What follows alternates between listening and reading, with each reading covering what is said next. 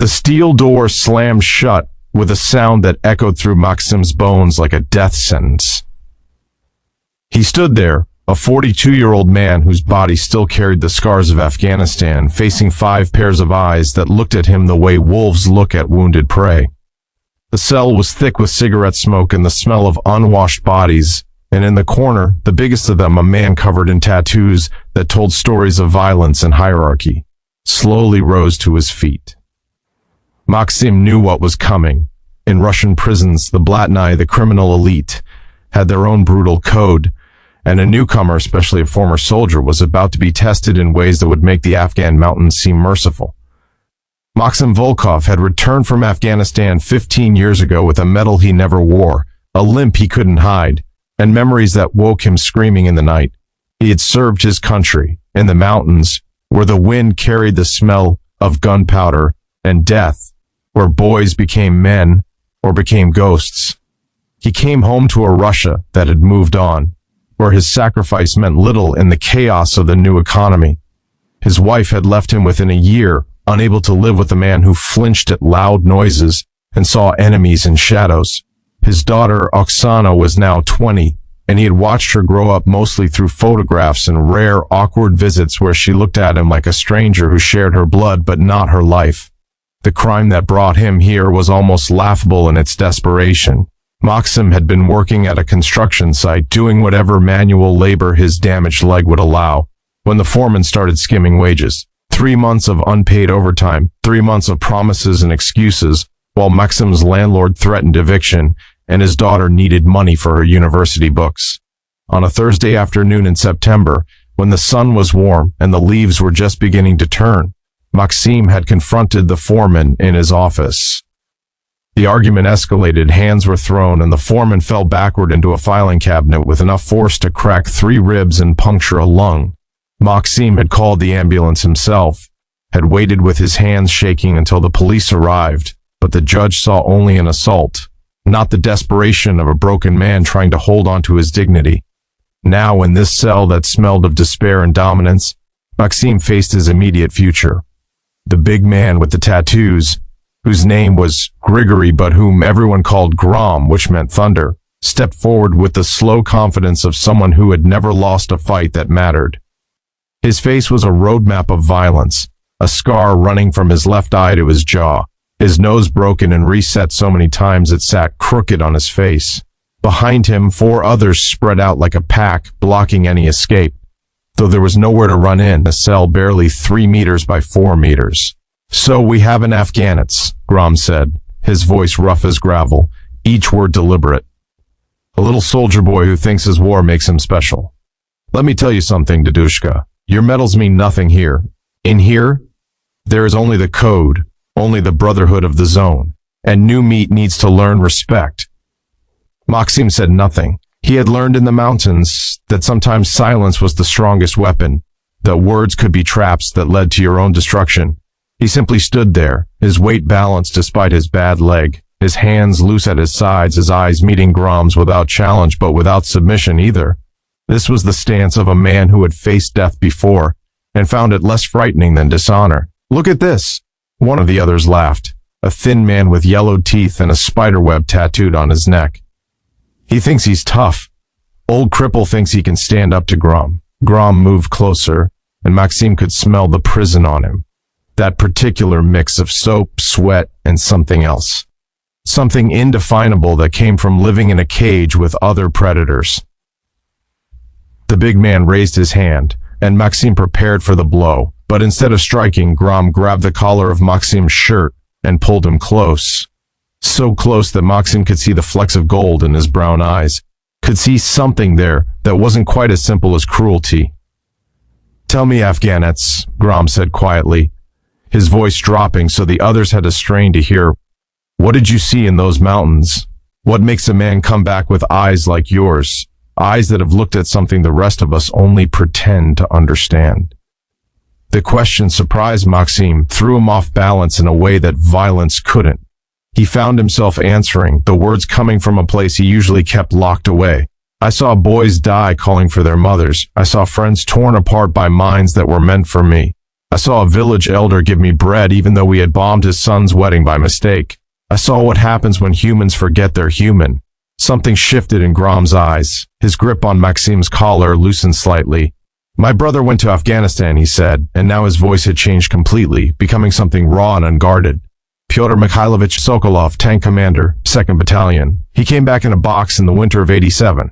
I was 13 years old, and they wouldn't even let me see his face at the funeral. Closed casket, they said. Nothing left to see, they said.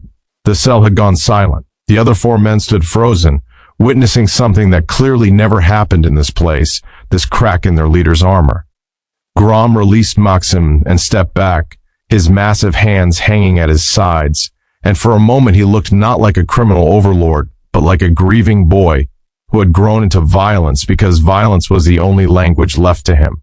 Pyotr was everything good in our family, Grom continued, speaking now to the air, to the ghosts, to the past that wouldn't stay buried. Smart, kind, always helping our mama with the garden, always making our little sister laugh. Then they took him, sent him to die in mountains he couldn't even find on a map, for a war nobody could explain. When he died, something in our family died too. Mama never smiled again. Papa started drinking and didn't stop until his liver gave out. I was so angry, Afghanets. So angry at the state, at the generals, at God if he existed. That anger turned me into this.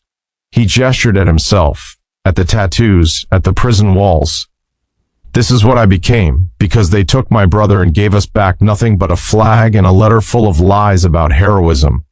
If you believe that every person deserves a second chance, that kindness can exist even in the darkest places, then please, take a moment to like this video, leave a comment sharing your thoughts, and subscribe to NTT Stories.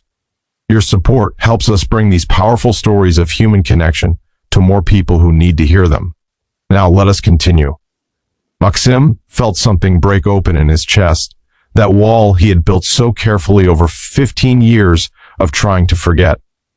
Your brother's death mattered, he said, his voice thick with emotion he hadn't allowed himself to feel in so long. Every death mattered, even when the war didn't. I think about them every day, the ones who didn't come back. I carry their names like weights in my pockets.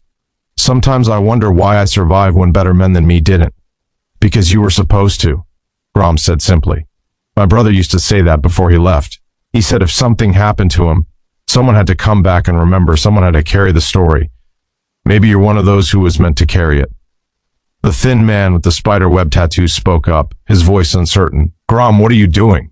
This isn't how we do things here. He needs to learn his place. Grom turned on him with such sudden fury that the man actually stepped back. His place?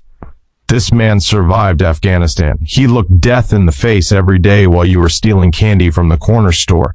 His place is wherever he wants to stand, and anyone who says different answers to me. Understood? The others nodded quickly, the hierarchy reasserted, but now with a completely different meaning. Grom turned back to Maxim, and something like respect, maybe even kinship, passed between them. You'll sleep on the second bunk, by the window. Nobody touches your things, nobody demands your food. You're under protection now, not because you're weak, but because you've already earned what the rest of us spend our lives trying to prove. Over the next 3 months, Maxim's time in that cell became something he never expected.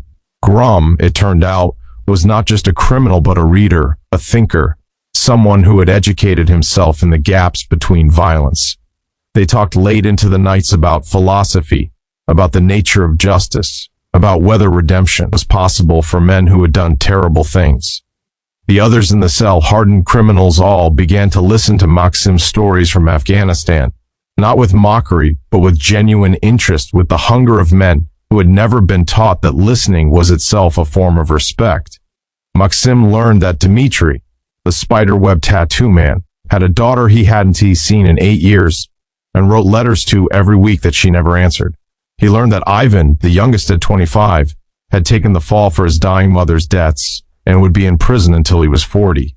He learned that Anton and Sergei, the twin brothers who rarely spoke, had been abandoned at an orphanage and had only ever had each other until the prison system separated them, and being in the same cell was the closest to family they'd known in a decade. These were not good men by any measure that society would recognize, But Maxim came to understand that goodness and evil were not as simple as he'd once believed. These were damaged men, broken by a system that had failed them long before they failed it, and in the strange ecosystem of the cell, they had built something that resembled brotherhood. On a cold December morning, Maxim was called to the administration office. His appeal had been reviewed. New evidence about the foreman's systematic wage theft had come to light, and his sentence was being reduced. He would be released in 3 days. When he returned to the cell with the news, Grom pulled him into an embrace that would have been unthinkable 3 months ago. "You take care out there, Afghanites," Grom said, his voice rough with emotion he couldn't quite hide. "You find your daughter, you tell her you love her, you build something good with whatever time you have left. That's your mission now, understand? That's how you honor the ones who didn't come back." "What about you?" Maxim asked. Grom smiled, a sad expression that transformed his scarred face into something almost gentle. "Me? I have 6 more years, and I'll probably die in here or shortly after. But now I know that my brother's death wasn't completely meaningless because it led to this moment, to understanding that even in hell, humans can still choose to be human. That's enough. That's more than I expected." When Maxim walked out of the prison 3 days later, he carried with him letters from each of his cellmates to their families, promises he would keep. But more than that, he carried a renewed sense of purpose. He went directly to his daughter's apartment, knocked on her door, and when she answered with surprise and weariness in her eyes, he said simply, "I know I've been a ghost in your life, but I'm here now, and I want to try again if you'll let me. If this story touched your heart, if you believe in the power of second chances and human connection, even in the most unlikely places, please like this video, share it with someone who needs to hear this message, and let us know in the comments what this story meant to you. Your engagement truly makes a difference." Oksana looked at her father, this man who bore the scars of wars both foreign and domestic, and saw something in his eyes she'd never seen before, a clarity, a presence, a determination to be the father he should have been. She stepped aside and let him in, and though the road ahead would not be easy, it was a beginning, and sometimes a beginning is the greatest victory of all.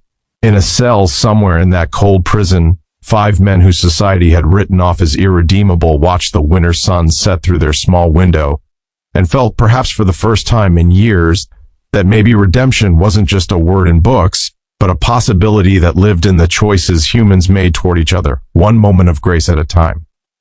Before we end, if you've stayed with us until now, please comment second chances below to show that you believe everyone deserves another opportunity to make things right, no matter their past.